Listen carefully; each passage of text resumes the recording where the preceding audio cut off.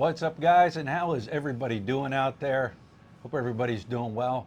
We are up here today on the rooftop of Candy Palace, right? Candy Palace. Candy Palace. Candy Palace. I'm with my friend Mike. Yes, I do have friends. I don't know if that's a good thing for Mike or not. But anyways, I'm up here today with Mike. I'm going to interview Mike. Thanks for joining us, Mike. And thanks for having me. Oh, no I problem. really appreciate the opportunity to sit down and chat with you. So, Mike, tell us a little bit about yourself, like what you did back in the States. Share it with my subscribers. Okay, it's kind of a convoluted story. I was actually raised in Asia. I was born in D.C., left when I was 3 months old, and was raised in Tokyo and Hong Kong until I was 13, and back to the States. So I went to school. After school, I got into the medical profession, continued in the medical profession through school as a healthcare provider and a clinical practitioner. And that's what I did for like about 10 years solid. Right. And then at the end of that 10 years, all of a sudden I started to figure out I liked the administrative business end of it more than the clinical side. Not that I missed the clinical side. It was when you're young, it's fast-paced, it's exciting. There's always, lives involved and things like that. But as you get older, it can be a young man's game. Right. And it slows you down and it eats at you being on call and everything. So I started getting more and more into my own clinical practices and started to realize I liked it. Right. And when I did that, I got into building medical practices, Okay. specifically mine and a couple of others, and then in turn, medical businesses. Now, don't get me wrong, I had other businesses. Right. I always invested and had other businesses as well.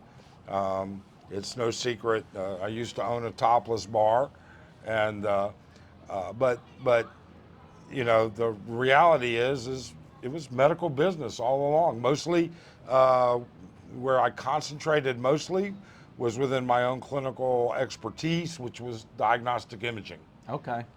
All right. So my question is, and people always ask, what brings you to the Philippines? Like, what drew you to the Philippines? At what age were you? Your first experience here? Where did you go? Where did you stay? What were you doing? What drew you to the Philippines? Well, I've been to the Philippines, as a young kid, Okay. All right. a couple of times. And then after divorce number 2, I was thinking about doing some business out here. So I decided to come back. And lo and behold, I met a really nice young lady. And So you never dated a Filipino until you came back here. right. Your Never. previous wives were American. Right. They were Right. American. Okay. All right. And I came out here and started a relationship with a young lady. And one thing led to another, and we ended up getting married and brought her to the U.S. and Okay. totally Americanized. I mean, she, Right. Right. her own car, driving, everything she wanted to do, green card, the whole 9 yards. Right. But in the end, 2 things occurred. The first one was my wife actually preferred the Philippines. Right. Right. She wanted to be near home, Right. or at least within a day's flight Sure. of home. And for me, it was like, you know what? Let's go start exploring it. So for a while, we maintained 2 residences, Okay. one in Manila and then Phoenix. Okay. All right. Then we decided, finally, hey, you know what? Let's pull the trigger. My daughter's in college, so the only time I see her, vacations. Right. well, maybe she'd like to vacation on a tropical island. And she does. Right. Sure. Sure. So, and how long ago was that? We made our final move. We started transitioning our final move 6 years ago. Okay. We're like a year after I, boom, came Yes. over here. Yeah, And, actually, I watched you right. in the beginning just to Okay. get a couple of ideas. It wasn't that I wanted to move to Angeles City, Right. but it was, oh, this guy knows about some of the Philippine obstacles. So it's not all sunshine and rainbows. Oh, and no, unicorns. it's not. No, Right. it's not. I mean, it's not unsurmountable by any way, shape, or means, but Right. you should be prepared. Right. So you decided you've been to Angeles City before, correct? Right. Right. During the time that we were here, we for a while I was spending a couple months here, 3 months in the U.S. My wife and I back and forth, back and And forth. then down to the province where your And wife's then- from. Only went down to the province twice. Okay. All right. In that period of time. Right. Right. Okay, because her province is very small. It's in Mindanao. Right. All right, it's a small town, and quite frankly, we had to hunt high and low to find a place to stay that had air Right. conditioning Right. Right. Oh, I know. I and know. running water. Yeah. So Angeles City always has, people always say that, a lot of people always say, I wouldn't say everybody, but it's got that stigma of, oh, only sexpats retire here. Only people that are chasing bar girls retire here. I mean, like, you retired not to chase bar girls or to chase the women here and hang out in the bars. You're happily married. So why did you choose, say, Angeles City as your place? And what do you like about the city here? Well, there were a lot of different individual things, but there were a couple of major reasons.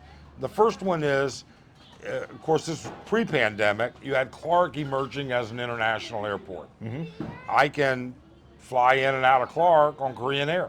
Right. Okay. Secondly, you have 3 decent hospitals. Mm-hmm. All right. In addition to that, especially now with the Skyway, you're an hour from St. Luke's.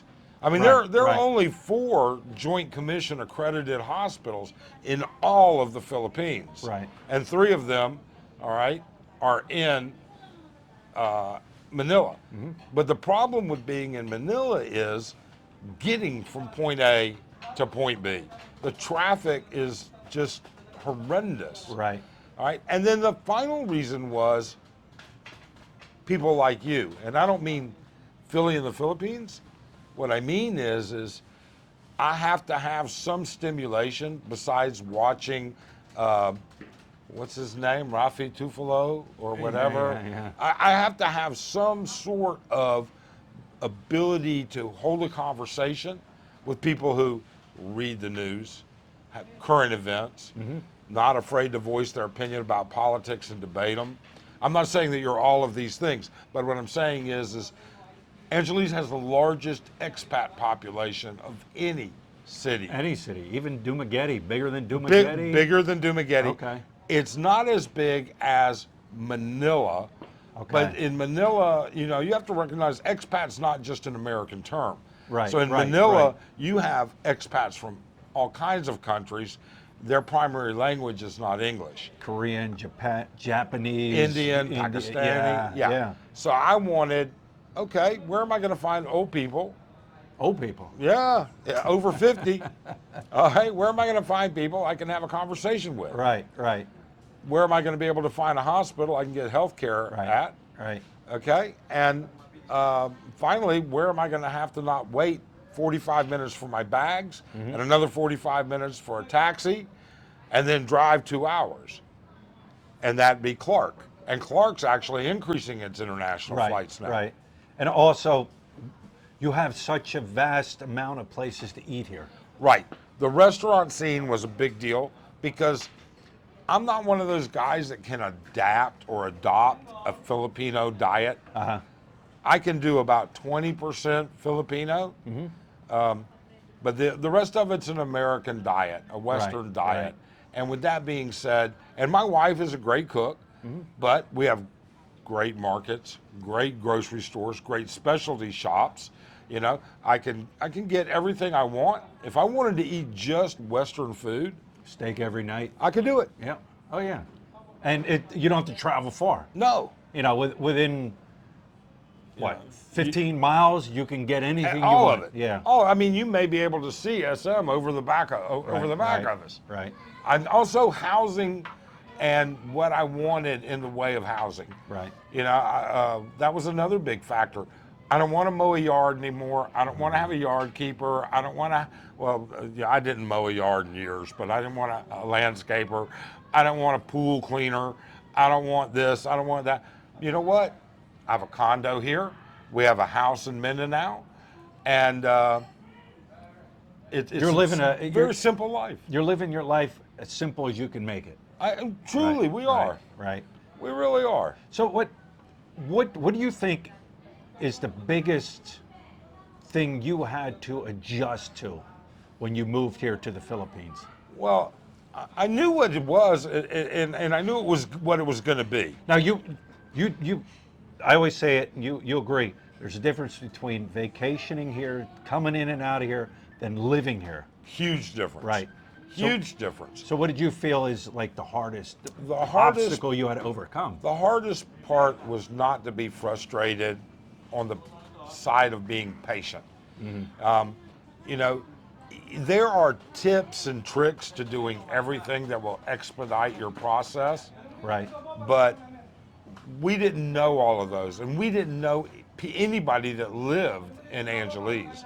So we didn't know there was a faster way to get to immigration and get this done. And we didn't know there was another way to do this. And we did, God heaven forbid, I had no idea. Because, you know, I just assumed in Manila the mall was stupid because it was Manila. But Sunday here at the mall, Madhouse. it's a madhouse. Yep. Well, it took me a while to realize I'm not going to the mall on Sundays. Right. Just not going to do it. But it was patience was the biggest thing. Patience. Yeah. I agree.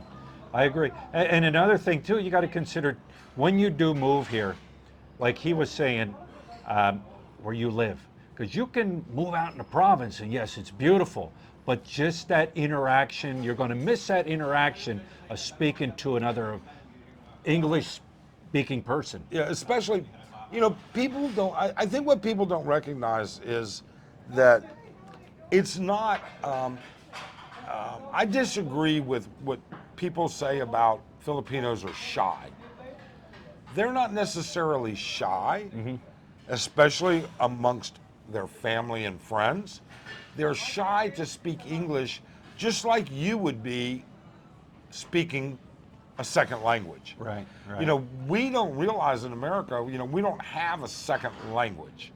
From the East Coast to the West Coast, from I the thought North, it was well, Mexico. it's Spanish. It's Spanish. Push. Yeah. You know, push one for English, two for Push- Spanish. yeah. Oh, all right. But it's not mandatorily taught in Right. school. Right. English is a mandatory Yes. subject here. Yes. Yes. Okay? But they don't feel, because they don't get to practice it in the province nearly as much, they don't feel as comfortable speaking it. Right. All right? But we go to a restaurant. You ever had problems speaking English in the restaurant? Here? Yeah. No. They're not shy about taking your order. No, they're not shy, and they'll always repeat the order to you, so Yeah. there's not that mix-up of language and what you might have said. Oh yeah, yeah. So I mean, Yeah. you know, but in the province, when we go, we fly down to Butuan every 6 to 8 weeks, and we fly down there. We go to our home, and we stay for a week or two. Once in a while, if we have a large construction project going on, we stay a little longer. But we stay for a week or two. Right. I bet I don't carry on an English conversation of more than 20 words With your wife? more than 5 times with outside of my Outside wife. your wife, right? Right. Right. See, and that you might think it, you know, at first it's great, but it does. It wears like on it you. wears on you because you want to be able to conversate. And I know people say, "Well, learn Tagalog, learn Tagalog." Yes, That's a you're tough right. language. It's yes. I always say at least when you're around Filipinos that are constantly speaking Tagalog or whatever the native language is, eventually you're going to pick up certain words that they're saying. then you're going to know a little bit about what they're talking about. However, you can't speak to them. Right. But anyways, I want to thank you for sitting down for the interview. Do you want to? He has a YouTube channel too. It's a smaller YouTube channel. He's just starting out, and I never will promote a channel that I myself don't like, or I know my subscribers don't like. Doc, you want to talk about your channel? Our channel's very simple. We're very simple people. I don't have a filter, so sometimes I can be a little abrupt. I mean, I don't mind calling an idiot, okay? But at the same time, our channel is really about life. You know, what do we do? Where do we go? How do we interpret? You know, what's going on and everything. Like the other day, you know, we're talking. Angelese is getting a deluge of bloggers right now. Oh yeah. I mean, they are literally everywhere. The gate's open. The gate not only open, they've got a funnel. Yeah. All right. And we went out to dinner the other night, and we always go out as a group, almost always, of expats that are friends of ours. And a couple of guys wanted to go to the bars, so we all went to the bars. And I stepped outside, and from the time we got there, and we hit like 3 bars, 1 drink each bar, 1 drink, next bar, 1 drink, next bar. I saw 2 different people blogging on Walking Street. Right. So I mean that, you know, and what happens is Angelese, although used to be a wild and crazy town all over, it's pretty much centered in one area, and not every expat here is a sexpat. Right. All right, we have plenty of friends that are here that do not thrive on a girl a night. On Red Street. On Red Street. Yeah, soon to be Red it's Street. soon to be Red Street, which should be an interesting conversion. Right. So you want to tell them the name of your channel? It's called Our Philippine Journey. It's just a small little channel. We're just plugging along. It's a hobby, and we're having fun and learning a lot. And my wife gets on when she's around sometimes, and hey, we'd love for you to drop by and check us out. Check him out. Check him out. Check his channel out. Subscribe. You know, a lot of you guys, when I do promote another channel, a lot of you guys do go over and you do subscribe. He greatly appreciates it. And like I said, I won't tell you to go to garbage channels. You know, that's not my thing. And I know you guys. I think you guys will like his channel. Well, I think you will. If you don't, let me know. Yeah, let him know. We love the comments. Let We him know. respond to all of them. And I will put his link. Well, I'll run it down below, so you guys can see what the name of the channel is, and I'll put his link in the description. So, anyways, Mike, thanks for stopping. Thanks for stopping. And thanks for doing the having me. interview. Thanks for breakfast. He treated me to I breakfast. treated Brian to breakfast. It was cheap enough. Yeah, he's part of the Breakfast Club that sit up at Tequila Reef, and we sit there and talk. So we pretty much see each other on a daily basis up there. We're always having a good time talking. So I wanted to bring him on and actually share his story of what brought him here to the Philippines. So, all right, Mike. Thanks so much, Brian. Thanks, buddy. And thank you. All right, we'll talk to you guys later.